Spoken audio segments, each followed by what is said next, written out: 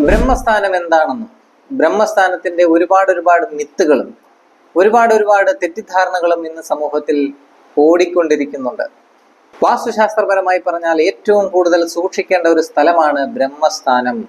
എന്താണ് ബ്രഹ്മസ്ഥാനം എന്ന് ഞാൻ നിങ്ങൾക്ക് ആദ്യം തന്നെ പറഞ്ഞുതരാം.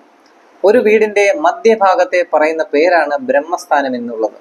ബ്രഹ്മസ്ഥാനം മുറിഞ്ഞു പോകാനോ, ബ്രഹ്മസ്ഥാനത്ത് വലിയ കുഴികൾ വരാനോ, ബ്രഹ്മസ്ഥാനത്ത് സ്റ്റെയറുകൾ വരാനോ, Brahmasthanam open to sky ആകാനോ, ബ്രഹ്മസ്ഥാനത്ത് പർഗോളകൾ set ചെയ്യാനോ, ബ്രഹ്മസ്ഥാനത്ത് ഷാഫ്റ്റുകൾ വെക്കാനോ പാടുള്ളതല്ല.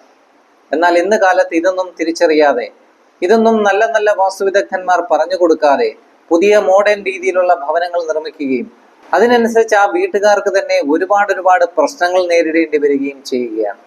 ബ്രഹ്മസ്ഥാനത്തിന് കോട്ടം തട്ടുന്ന ഒരു നിർമ്മാണ പ്രവൃത്തികളും നിങ്ങളുടെ ഭവനത്തിൽ ചെയ്യാൻ പാടുള്ളതല്ല. ബ്രഹ്മസ്ഥാനത്ത് വലിയ കുഴികളോ, ബ്രഹ്മസ്ഥാനത്ത് ജലത്തിന്റെ സാന്നിധ്യമോ, ബ്രഹ്മസ്ഥാനത്ത് നേരിട്ടുള്ള പ്രകാശരശ്മികളോ, ബ്രഹ്മസ്ഥാനത്ത് സ്റ്റെയർ കേസുകളോ ലിഫ്റ്റുകളോ ഒരിക്കലും നിർമ്മിക്കാൻ പാടുള്ളതല്ല. ഒരു വീട് നിർമ്മിക്കുമ്പോൾ ഇതെല്ലാം നോക്കിക്കണ്ട് ചെയ്താൽ നിങ്ങൾക്ക് യാതൊരു തരത്തിലുള്ള പ്രശ്നവും ഭാവിയിലേക്ക് ഉണ്ടാകാനും പോകുന്നില്ല. മറ്റൊരു നല്ല വീഡിയോയുമായി കണ്ടുമുട്ടാം. വിഷ്ണു ആചാര്യ. നന്ദി, നമസ്കാരം.